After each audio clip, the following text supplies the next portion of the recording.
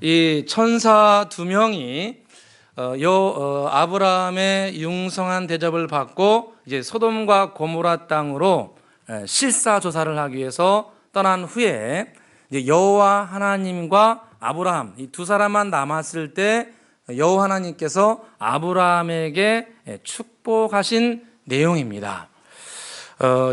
아브라함을 주님께서 보시면서 뭐라고 말씀하시냐면 내가 너에게 숨기지 못할 특별한 계획이 있다 이렇게 말씀합니다. 내가 너에게 숨기지 못할 특별한 계획 세 가지가 너에게 있다 이렇게 주님께서 오늘 떼십니다. 17절 같이 한번 읽어보겠습니다. 17절입니다. 읽겠습니다. 여호와께서 이르시되 내가 하려는 것을 아브라함에게 숨기겠느냐. 아멘. 주님께서 뭐라고 말씀하시냐면 내가 아브라함 너에게 하려는 것을 내가 숨기지 않겠다. 주님께서 이런 말씀을 그동안 하신 적이 한 번도 없습니다. 내가 너에게 숨기지 않고 꼭 해야 될 것이 있다 라고 말씀하신 적이 없습니다. 그런데 이제 신앙생활한 지 25년쯤 되었을 때 주님께서 아브라함을 왜 택하셨는지, 왜 가나안 땅에 오게 하셨는지, 왜 이런 때로는 험난하고 어려운 과정을 통하여서 이런 일들을 허락해 주셨는지 주님께서 내가 너에게 특별한 계획이 있었기 때문에 이런 과정들을 허락하고 내가 너에게 이런 계획 가운데 앞으로 일도 진행될 것이다 이렇게 주님께서 말씀하셨습니다. 오늘 주님께서 세 가지를 말씀하셨는데요, 이 세 가지를 우리가 살펴보기 전에 이 아브라함이 지금 그 신앙의 여정이라는 것은 주님의 부르심을 받아서 시작한 지가 몇 년 됐다고요? 25년이 되었습니다. 25년쯤이 되었습니다. 그래서 때로는 성공하기도 하고 실패하기도 했습니다. 하나님의 은혜로 부름받아가지고 고향 땅을 떠나는 것은 정말 탁월하게 잘한 것이고, 또 아브라함이 가나안 땅에 들어갔을 때 제일 먼저 한 것은 예배를 드리고 제단을 쌓은 것이었는데 이건 탁월하게 잘한 것입니다. 그런데 아브라함도 때로는 사람인지라 연약함이 있어서 가뭄이 들었을 때는 애굽으로 내려가기도 하고, 기다리다가 아들이 태어나지 않으니까 하갈이라는 여종을 택해서 후손을 잇는 이스마엘을 낳는 그런 부족함과 연약함이 있었습니다. 이런 잘한 면도 있고 부족한 면도 있고 이런 모습이 한데 어우러져서 지금 25년을 가고 있는데, 그 아브라함에게 하나님께서 내가 너에게 숨기지 않는 특별한 계획이 세 가지가 있다. 오늘 주님께서 그에게 말씀하십니다. 이 세 가지는 우리가 마음속에 깊이 새겨 놓게 되면 우리의 신앙의 여정 가운데 나에게 하나님께서 무엇을 계획하고 계시는가, 나의 이 모든 일들은 왜 일어나게 됐을까, 상당 부분 주님께서 주님의 말씀을 통해서 답을 얻을 수 있는 영역입니다. 그러므로 오늘 세 가지 영역을 우리가 함께 잘 배우기를 소원합니다. 먼저 18절을 같이 한번 읽어보겠습니다. 18절입니다. 읽겠습니다. 아브라함은 강대한 나라가 되고 천하 만민은 그로 말미암아 복을 받게 될 것이 아니냐. 19절 읽겠습니다. 내가 그로 그 자식과 권석에게 명하여 여호와의 도를 지켜 의와 공도를 행하게 하려고 그를 택하였나니 이는 나 여호와가 아브라함에게 대하여 말한 일을 이루려 함이니라. 아멘. 자, 주님 뭐라고 말씀하십니까? 내가 너에게 숨기지 않는 특별한 뜻이 있는데 세 가지를 밝히십니다. 첫째는 아브라함은 강대한 나라가 될 것이다. 내가 너를 택했는데 너를 택한 첫 번째 이유는 너를 통해서 강대한 나라를 세우기로 한다. 이게 첫 번째고, 두 번째는 천하 만민이 너로 말미암아 복을 얻게 되는 것이다. 할렐루야. 네가 나를 믿고 따르는데 너를 통해서, 구체적으로는 아브라함의 후손인 예수 그리스도입니다. 너를 통해서 천하 만민이 복을 받는 것. 그러니까 우리를 택하신 이유는 우리를 통해서 다른 사람들이 축복을 받는 겁니다. 할렐루야. 나를 통해서 다른 분들이 축복을 받도록 하기 위해서 부르신 게 두 번째 이유입니다. 마지막 세 번째로는 19절에 보시면 여호와의 도를 행하도록 하기 위해서 부르셨다. 우리를 택하신 이유는 여호와 하나님의 도를 행하도록 하기 위해서 우리를 택하시고 은혜를 부어주신다는 겁니다. 세 가지 한번 상기해 보겠습니다. 첫째 뭐라고요? 강대한 나라가 되는 거. 둘째, 천하 만민이 복을 받는 거. 마지막 세 번째, 여호와의 도를 행하는 것. 저와 여러분이 후손들이 여호와의 도를 행하는 겁니다. 첫 번째부터 살펴보겠습니다. 첫 번째는 주님께서 여호와 하나님께서 아브라함을 부르신 이유는 강대한 나라가 되도록 하기 위해서 부르셨다 말씀하십니다. 18절을 다시 한번 읽어보겠습니다. 읽겠습니다. 아브라함은 강대한 나라가 되고 천하 만민은 그로 말미암아 복을 받게 될 것이 아니냐. 아멘. 강대하다. 이게 문자적으로 해석하면은 굳세 강해자가 큰 대자입니다. 굳세고 강하다는 겁니다. 그러니까 여호와 하나님을 믿고 따르는 아브라함, 그에게 주님께서 하시고자 하는 건 뭐냐면 크고 강대한 나라가 되는 겁니다. 그러니까 예수님을 믿고 따르면서 계속해서 내려가고 무너지고, 이것은 하나님의 뜻이 아니라는 겁니다. 우리를 택하신 이유는 우리를 예수 믿는 백성으로 세우셔가지고 강대한 나라로 세워가는 것이 하나님께서 우리에게 변하지 않는 계획이라는 겁니다. 여러분, 이스라엘의 역사를 보게 되면 아브라함의 후손들은 다 강대합니다. 여러분, 이스라엘이 우리 강원도만한 땅인데요, 이 강원도만한 땅이 이 여호와 하나님을 잘 섬기고 따르게 되면은 주변에 있는 강대국들을 싹 다 이깁니다. 그 당시에 세계 최고 강대국이 어디입니까? 애굽이죠. 애굽. 지금은 애굽 별로 이집트 하찮게 여기지만 그 당시에 세계 최강대국은 애굽이었습니다. 이 애굽에서 400년간 종살이하고 나올 때 홍해 바다에서 싹 다 수장시켜 버립니다. 이스라엘 민족이. 그리고 몇백 년 지나가지고 북쪽에 있는 군사 강국, 아수르라는 군사 강국이 있었는데, 이 아수르의 군사 강국을 갖다가 히스기야 왕이 여호와의 성전에 올라가서 밤새도록 기도할 때 한 번에 18만 5천 명을 다 물리칩니다. 할렐루야. 이런 일들이 이스라엘 역사 가운데 있었고, 지금도 전 세계에서 가장 강대한 나라는 미국이 아니고 이스라엘입니다. 미국의 역대 대통령들이 다 대통령 되면은 제일 먼저 보장하는 것이 이스라엘의 안정과 협력입니다. 그 배후에는 모든 유대인들이 정치, 경제, 사회, 문화를, 언론을 다 잡고 있습니다. 전 세계 인구의 0.2% 되는 사람들이 전 세계 최고상이라는 노벨상의 40%를 차지하고 있습니다. 세계에서 제일 선두 그룹에 속하는 경제, 과학, 물리, 화학, 생물학, 이런 부분에서 최고의 석학들에 대해서 주는 상이 노벨상인데, 노벨상의 40% 이상이 유태계 출신들입니다. 우리가 잘 아는 빌 게이츠, 마이크로소프트를 세운 빌 게이츠, 그다음에 청년들 페이스북 하는데 페이스북 만든 마크 주크버그, 또 증권 하시고 분들은 그 워렌 버핏 아시죠? 투자의 귀재라고 하는, 다 유대 계통의 피가 흐르는 사람들, 유대인 교육을 받은 사람들이에요. 유대의 교육과 훈련을 받은 사람들이에요. 이 사람들이 세계의 정치, 경제, 사회, 문화를 다 주물럭거리고 있습니다. 그러니까 지금도 주님 말씀하신 대로 아브라함은 강대한 나라가 되리라, 이 말씀이 수천 년이 지났는데도 지금까지 그대로 적용이 되고 있습니다. 할렐루야. 그리고 이 약속은 예수 믿는 저와 여러분에게도 그대로 적용될 수 있습니다. 갈라디아 3장 13절 14절에 주님 약속하였습니다. 그리스도께서 우리를 위하여 저주를 받은 바 되사 율법의 저주에서 우리를 속량했으니 기록된 바 나무에 달린 자마다 저주 아래 있는 자라 하였습니다. 이는 그리스도 예수 안에서 아브라함의 복이 이방인에게 미치게 하렴이라. 할렐루야. 주님께서 약속해 주셨습니다. 그리스도 예수 안에서 아브라함의 복이 이방인들에게, 그러니까 저와 여러분에게, 예수 믿는 저와 여러분에게 아브라함의 축복이 그대로 들어와 있다는 겁니다. 그러니까 예수 그리스도를 믿게 되면 여호와 하나님께서 아브라함에게 주셨던 아브라함은 강대한 나라가 될 것이다, 이 약속이 예수 믿는 저와 여러분에게도 그대로 들어와 있습니다.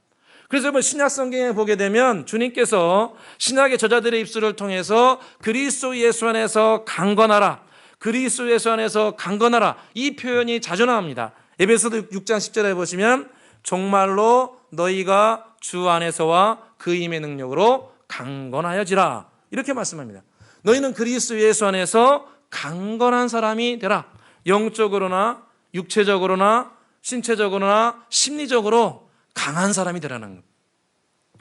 예수 그리스도 안에 있는 저와 여러분은 강한 사람이 되어야 됩니다.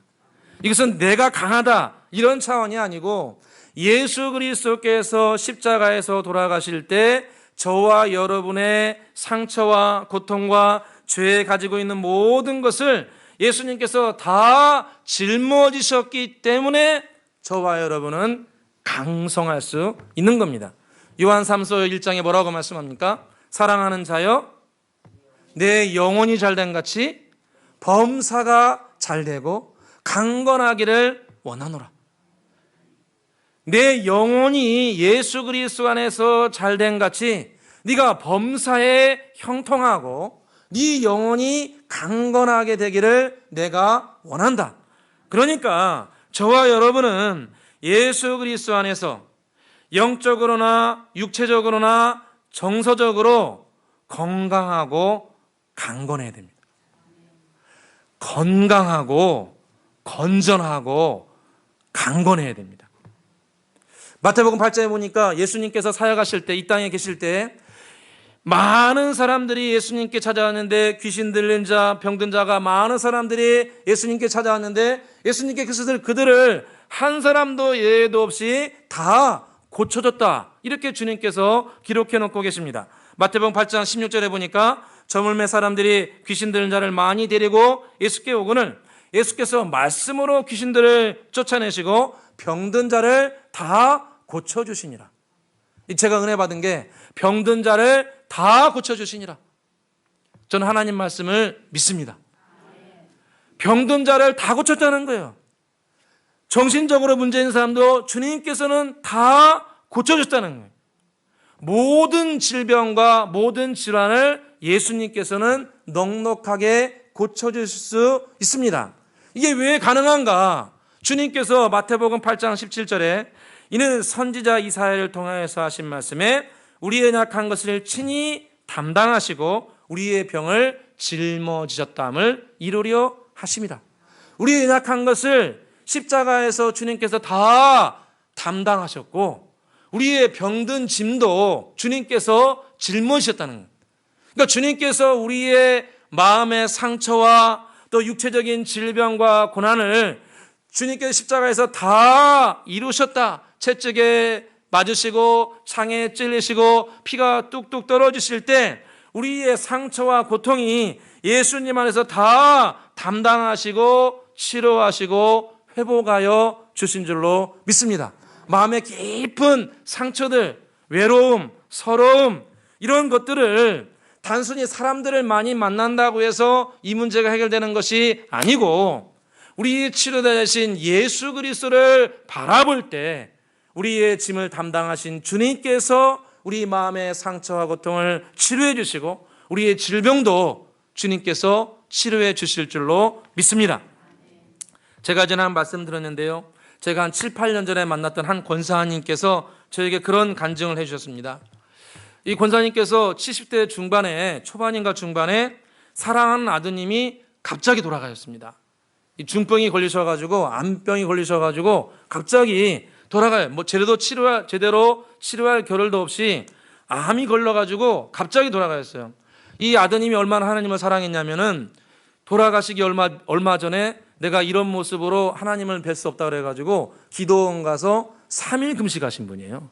죽기 며칠 전에 내가 이런 모습으로 주님 만날 수 없다 해가지고 3일 동안 금식하고 내려오셨는데 안타깝게도 이제 돌아가셨어요. 이게 이 권사님이 아드님이 이렇게 제 생각엔 거의 순교나 다름없는 거예요. 이렇게 돌아가신 것이 생을 마감한 것이 감사하지만 또 한편으로는 너무나 충격이 커가지고 나보다 먼저 아들이 가니까 충격이 커가지고 이분이 1년 반 동안 병원에 입원했습니다. 충격받아가지고 1년 반 동안 식물인간처럼 경희대 병원에 누워 계셨어요. 그러니까 1년 반 지나니까 의료진들이 그 가족들을 불러가지고 이 어머니 모시고 댁에 돌아가시라고, 병원에서 해볼 거 다 해봤는데 도저히 나을 수 없으니까 댁에 돌아가셔가지고 드시고 싶은 음식 해드리고 그냥 이제 끝나도록 하시면 좋겠다고 모시고 가라고 그랬어요. 그래서 그 가족분들이 우리 권사님을 1년 반 만에 댁으로 모시고 왔습니다. 댁으로 모시고 왔는데 권사님이 이제 그때부터 일이 나기 시작한 거예요. 집에 돌아와서 이제 죽을 날만 기다리고 있는데 어느 순간에 이제 그분이 그래요. 거실에 이제 누워놨대요. 거실에 이제 누워놨는데 어느 순간 그 마음 속에 성령께서 그런 마음을 주시더래요. 주를 부르라. 주를 부르라. 주를 찾으라. 이 성령의 감동이 왔어요. 그래가지고 우리 권사님이 누워가지고 뭐 제대로 몸도 못 움직이는데 주여를 계속 불렀어요. 주님, 불쌍히 여겨주소서. 제가 언제까지 이렇게 누워 있어야 됩니까? 주님, 저를 불쌍히 여겨주소서. 간절히 주님을 찾기 시작하는데 얼마나 주님을 불렀을까? 시간이 흘러갔는데 권사님이 그래요. 갑자기 성령의 불이 들어오더래요. 그분이 그래요. 갑자기 성령의 불이 몸 안으로 확 들어오더래요. 그러더니 몸이 힘을 얻기 시작해요. 그 1년 전에 아들을 잃어버려가지고 상처받았고 고통받은 것들이 성령께서 불처럼 임하셔가지고 마음의 상처와 고통을 다 태우시고 이 억눌리고 꼬여있던 신경과 세포도 성령께서 치료하고 회복하게 해주는데 얼마 안 있다가 우리 권사님이 벌떡 일어섰습니다. 할렐루야. 저는 그분을 봤어요. 제가 그 집에 신방 갔다 왔어요. 권사님 말짱해요. 꼿꼿해요. 허리도. 그 집에서 교회까지 대중교통으로 한 1시간 되거든요. 그 교회가 어려울 때 그 권사님이 교회에 와가지고 기도하고 철야하고 후배 권사님들 지도하고, 할렐루야, 함께 기도하자고 그러고, 그래가지고 교회가 어려운 순간을 극복해 나갔습니다. 할렐루야. 누구든지 주의 이름을 부르는 자는 구원을 얻으리라. 누구든지 과거에 어떤 죄를 짓고 어려움이 있고 고난이 있다 할지라도 누구든지 예수 그리스도의 이름을 부르게 되면 길이요 진리요 생명이신 주님께서 구원을 주십니다. 회복을 주십니다. 생명의 길을 열어주십니다. 제가 시편 92편 10절을 보면서 다윗의 놀라운 간증을 들었습니다. 시편 92편 10절에 다윗이 뭐라고 얘기했냐면, 그러나 주께서 내 뿔을 들소의 뿔같이 높여주시고 나에게 신선한 기름 부음을 주셨나이다. 내가 주님을 찾고 찾았더니 주님께서 어떻게 하셨냐면 내 뿔을 들소의 뿔처럼 강대하게 하시고 나에게 신선한 기름 부음을 주셨나이다. 주님을 찾으면 주님께서 신선한 기름 부음을 주십니다. 희망이 없는 시대에 희망의 기름 부음을 주십니다. 시원한 마음을 주세요. 지혜의 기름 부음도 주시고 신선한 아이디어도 주십니다. 이 어려운 시대에 아이디어가 있어야 하지 않겠습니까? 뭐 직장을 하든 사업을 하든 미래의 계획을 하든 새로운 아이디어가 필요한데 그 신선한 기름 부음을 하늘 하나님께서 우리 가운데 부어주셔서 저와 여러분을 강대한 사람으로, 영역이 강건할 뿐만 아니라 사회적으로도 강대한 축복을 허락해 주시기를 간절히 소원합니다. 그러므로 저와 여러분, 이 시대에 정말 우리가 해야 될 일은 주님을 찾는 겁니다. 주님을 사모하는 겁니다. 외적인 환경 때문에 무너지고 포기하는 것이 아니고, 주여 저에게 다윗에게 주셨던 신선한 기름 부음을 저에게도 허락해 주옵소서.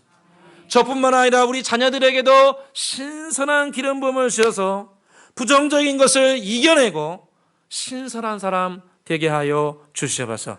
기도할 때 주님께서 허락해 주시고 강다하게 해 주실 줄로 믿습니다. 두 번째로 주님께서 허락해 주신 것은 숨기지 않는 계획은 축복의 통로인데, 이건 우리가 다 아는 거니까 넘어가고요. 세 번째로 주님께서 약속하신 것은, 계획하신 것은 우리가 여호와의 도를 행하는 사람이 되는 것입니다. 19절 같이 한번 읽어보겠습니다. 19절입니다. 읽겠습니다.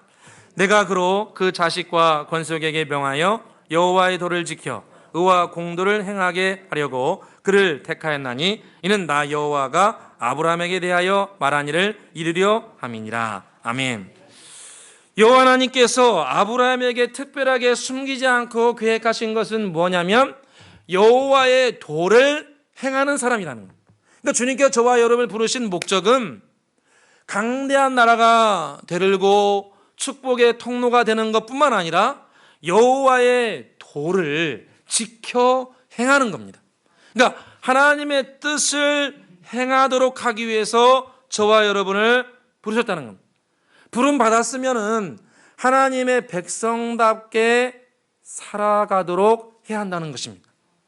하나님의 백성답게 살아가는 것. 주님께서 오늘 말씀하신 것처럼 아브라함에게 도를 가르치고 그 아브라함이 후손들에게 여호와의 도를 가르쳐서 그들이 하나님의 의와 공도를 행하는 사람, 하나님의 백성답게 살아가도록 하기 위해서 부르셨다는 것.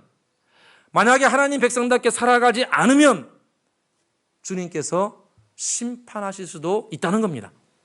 그래서 오늘 말씀에 하나님의 도, 여호와의 도를 지킨다는 게 무엇인가 두 가지를 말씀하셨는데요. 19절 중반절에 보시면은 의와 공도를 행하게 하렴이라 이렇게 말씀합니다. 그러니까 주의 백성이 두 가지를 해야 된다는 겁니다. 말씀을 지키긴 지키는데 두 가지 영역에서 지켜야 된다는 겁니다. 첫 번째는 의를 행해야 되고 두 번째는 공도를 행해야 됩니다. 여기서 의라는 것은 이 차데크라는 단어인데 이 차데크의 뜻이 뭐냐면은 마땅히 해야 될 일입니다. 그러니까 의라는 것은 뭐냐면은 마땅히 해야 될 일입니다. 그러니까 주의 백성으로서 마땅히 해야 될 일. 예를 들면 십계명이겠죠. 사명자로서 마땅히 해야 될 일, 직분자로서 마땅히 해야 될 일, 또 가정의 대표자로서 마땅히 해야 될 일, 이 마땅히 해야 될 일, 이 일이 바로 의라는 것입니다. 저와 여러분은 마땅히 해야 될 일들이 있습니다. 가정에서나 교회에서나 사회에서나 마땅히 해야 될 일이 있어요. 하나님의 백성으로서 마땅히 해야 될 일, 사명과 직분자로서 마땅히 해야 될 일, 또 가정의 대표자로서 마땅히 해야 될 일, 저에게 적용하면 목회자로서 마땅히 해야 될 일, 우리 교회 성도님들에게 적용하면 사명자로서 직분자로서 장로님으로서 권사님으로서 집사님으로서 마땅히 해야 될 일, 그 일들을 행하도록 부름받았다는 거예요. 여러분 용서하고 들어주십시오. 목회자는 목회자다워야 됩니다. 장로님은 장로님다워야 돼. 권사님은 권사님다워야 돼. 집사님은 집사님다워야 돼. 아멘 합시다. 뭐뭐답게 살아가라는 이거예요. 저와 여러분에게 지금 주님께서 말씀하신 것이 뭐뭐답게 살아라. 그것이 내가 너에게 행하신 뜻이라는 거예요. 내가 너를 왜 택했냐면 너답게 하나님 백성답게 살아가라는 거예요. 최근 우리 교회가 여러 가지 공사가 하고 있죠. 밖에 지금 공사하고 있지 않습니까? 시에서 도로 확장 공사가 있어가지고 이제 일부를 땅을 매각하고 이제 그 시청에서 공사를 상당 부분 하고 우리가 또 해야 될 일도 있습니다. 그래서 어제까지 해가지고 지금 옹벽 다 하고 지금 이제 흙 집어넣고 어제 막 포크레인들이 와가지고 꾹꾹 눌러가지고 흙을 다 집어놨습니다.